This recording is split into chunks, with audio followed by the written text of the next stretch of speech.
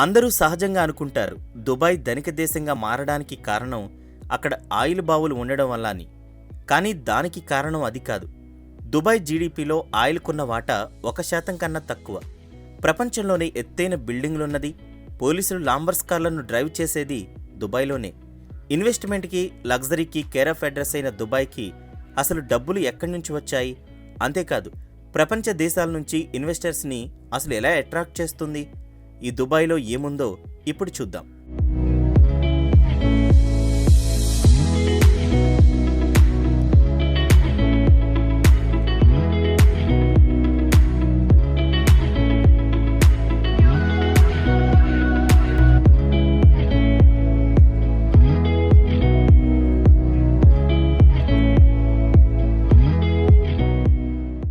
Dubai United Arab ఎమిరేట్స్లో ఒక దేశం.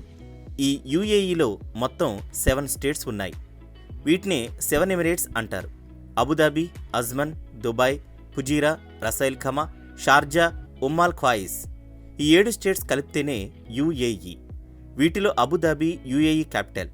పేరుకి ఈ 7 ఎమిరేట్స్ ఒకటిగా ఉన్న ప్రతి స్టేట్కి సెపరేట్ గవర్నమెంట్, లోకల్ రూలర్ ఉంటారు.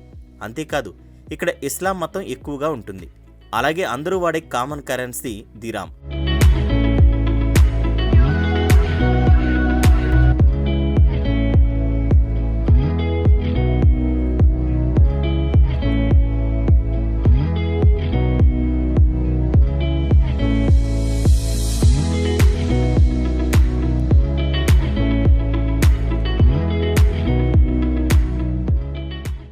యుఏఈ అభివృద్ధిలో అబుదాబి, దుబాయ్ ప్రముఖ పాత్రను పోషిస్తాయి. అంతేకాదు, అభివృద్ధిలో ఈ రెండూ ఒకదానికొకటి పోటీ పడుతుంటాయి. ముఖ్యంగా గత 25 సంవత్సరాల్లో దుబాయ్ సాధించిన అభివృద్ధి చూసి ప్రపంచమంతా ఆశ్చర్యపోయేలా చేసింది.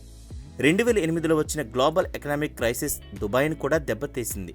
కన్స్ట్రక్షన్ ప్రాజెక్ట్స్ ఆగిపోయాయి, రెవెన్యూ బాగా తగ్గిపోయింది. అప్పుడు అబుదాబి ఇచ్చిన సహాయంతో దుబాయ్ మళ్లీ పుంజుకుంది. దుబాయ్ అభివృద్ధి చెందడానికి 3 ముఖ్యమైన కారణాలున్నాయి. అవి 1 ట్రేడ్ అంటే వ్యాపారం, 2 టూరిజం, 3 ఫినాన్స్.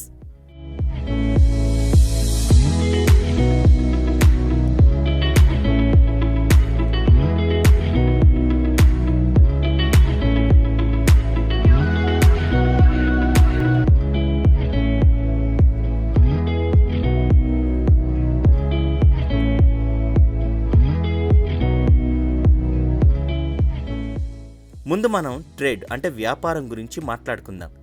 ఏదైనా వ్యాపారం జరగాలంటే ముందు సరుకు రవాణా అనేది చాలా ముఖ్యమైనది. ఈ ట్రాన్స్పోర్టేషన్ విషయంలో దుబాయ్ చాలా ముందు చూపుతూ ఉంది. అంతేకాదు, మొదటిసారి దుబాయ్లో ఆయిల్ రిసోర్సెస్ కనుగొన్నది 1966లో. అంతకుముందు Dubai economy fishing, pearls business పై ఆధారపడి ఉండేది. అయితే దుబాయ్ చిన్న స్టేట్ అవడం వల్ల ఆయిల్ రిసోర్సెస్ లాంగ్ రన్లో పెద్దగా పనికి వచ్చేవి కావు. ఈ విషయాన్ని ముందుగానే తెలుసుకున్న అప్పటి రాజు Sheikh Rashid bin Saeed Al Maktoum పెట్టుబడులను రియల్ ఎస్టేట్ వైపు మళ్లించాడు.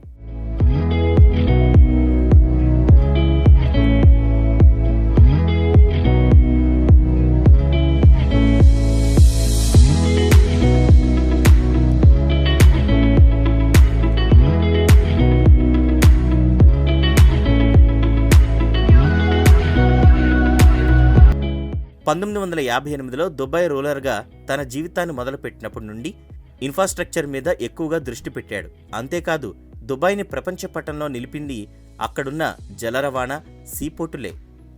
ఆసియాకి, గల్ఫ్ కంట్రీస్కి మధ్యలో ఉన్న దుబాయ్ పోర్ట్ ప్రపంచ దేశాలకి సముద్ర రవాణాకు అనుకూలంగా ఉంటుంది. కానీ దుబాయ్ అభివృద్ధి చెందడానికి ముఖ్య కారణం జఫ్జా. దుబాయ్లోనే కాదు, మిడిల్ ఈస్ట్ మొత్తంలోనూ లాభదాయకమైన పోర్ట్ జఫ్జా. యుఏఈ మొత్తానికి విలువైన ఆస్తి అయిన ఈ పోర్ట్ అభివృద్ధి చెందడానికి కారణం 1985లో అభివృద్ధి చేసిన జబల్ అలీ ఎకనామిక్ ఫ్రీ జోన్. దాదాపు 57 చదరపు కిలోమీటర్ల విస్తీర్ణంలో ఉన్న ఇండస్ట్రియల్ ఏరియా. ప్రపంచంలోనే అతిపెద్ద ఎకనామిక్ పోర్ట్ జోన్కి దగ్గరగా ఇంత పెద్ద ఇండస్ట్రియల్ ఏరియా ఉండడం వల్ల వ్యాపారం, రవాణా విషయాల్లో దుబాయ్ చాలా సౌకర్యవంతంగా ఉంటుంది. జఫ్జా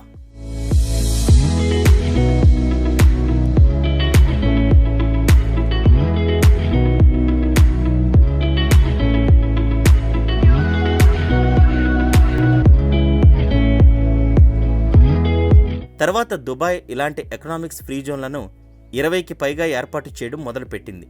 ఇండస్ట్రియల్ ఏరియా అభివృద్ధి చేసి కంపెనీలను, పెట్టుబడులను ఆకర్షించాలని, అంటే ఉండాల్సిన basic trade and transport Dubai పోర్టును డెవలప్ చేయడం వల్లనే జరుగుతుందని, ఈ రెండింటికి తిరుగు లేకుండా చేసింది దుబాయ్ గవర్నమెంట్.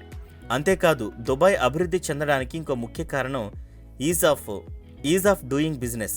మామూలుగా మనం మన దేశంలో ఒక కంపెనీ పెట్టాలంటే రకరకాల ఫార్మ్స్ నింపాలి. అంతేకాదు రిజిస్ట్రేషన్ చేయించాలి, ట్యాక్స్ కట్టాలి, అనుమతులు తెచ్చుకోవాలి. ఇలా చెప్పుకుంటూ పోతే బోలెడన్ని ఉంటాయి.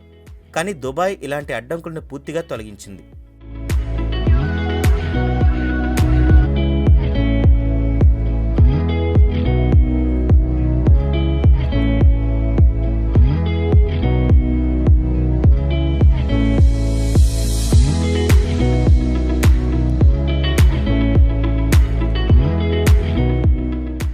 అంతేకాదు దుబాయ్లో బిజినెస్ చేయాలనుకునే వారికి tax benefits, custom duty benefits, అలాగే వేరే దేశాల వాళ్ళు కూడా ఎలాంటి విదేశీ ఆంక్షలు ఉండకుండా చూసింది.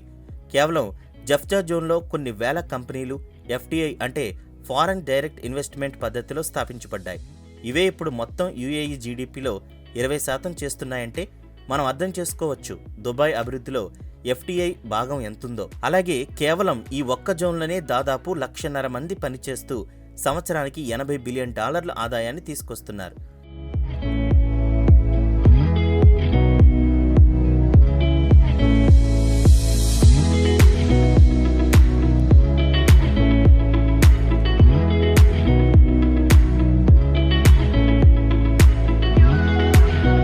ఇప్పుడు మనం దుబాయ్ టూరిజం గురించి మాట్లాడుకుందాం. మనందరికీ తెలిసిందే ప్రపంచంలోనే ఎత్తైన బిల్డింగ్ బుర్జ్ ఖలీఫా ఉంది దుబాయ్లోనే. అంతేకాదు ప్రపంచంలోనే అత్యంత ఎత్తైన హోటల్ ఉన్నది కూడా దుబాయ్లోనే. అలాగే first man made island, 7 star hotel, Burj Khalifa alarm, largest man made Marina, ఇలా ప్రపంచంలోని వింతలు అన్నీ దుబాయ్లోనే ఉన్నాయి. సాధారణంగా టూరిజం డెవలప్ అవ్వాలి అంటే ప్రకృతి కూడా కలిసి రావాలి. కానీ సముద్రం, ఎడారి మాత్రమే ఉండే దుబాయ్లో ప్రకృతి అందాల కన్నా మనిషి సృష్టించినవే ఎక్కువగా ఉన్నాయి. టూరిజం పెరిగితే రియల్ ఎస్టేట్ పెరుగుతుంది, అలాగే ఆదాయం కూడా పెరుగుతుంది. అందుకే దుబాయ్ గవర్నమెంట్ వాళ్ళు కట్టేది ఏదైనా ది బెస్ట్ ఉండాలని అనుకుంది.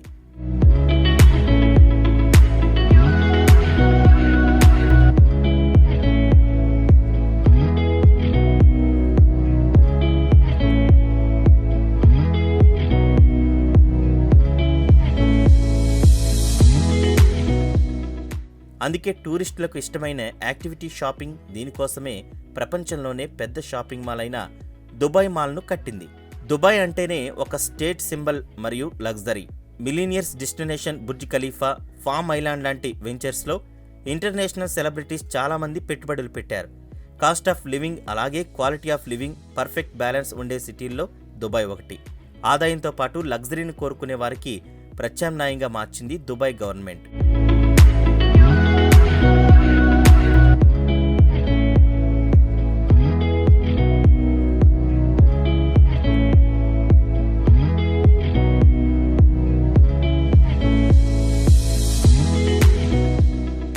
అక్కడి గవర్నమెంట్ ఇచ్చిన ట్యాక్స్ బెనిఫిట్స్ వల్ల ఆ రెండో ఆలోచన లేకుండా ఎవరైనా ఎంత పెట్టుబడైనా పెట్టొచ్చు.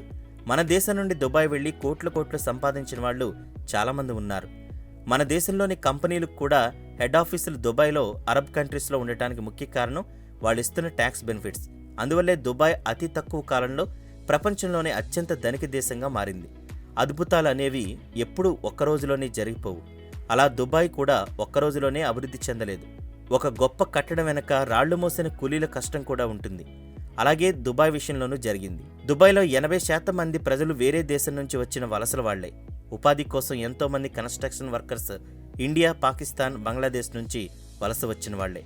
అలా అందరినీ ఆకర్షిస్తూ దుబాయ్ ప్రపంచవ్యాప్తంగా మంచి పేరు సంపాదించుకుంది.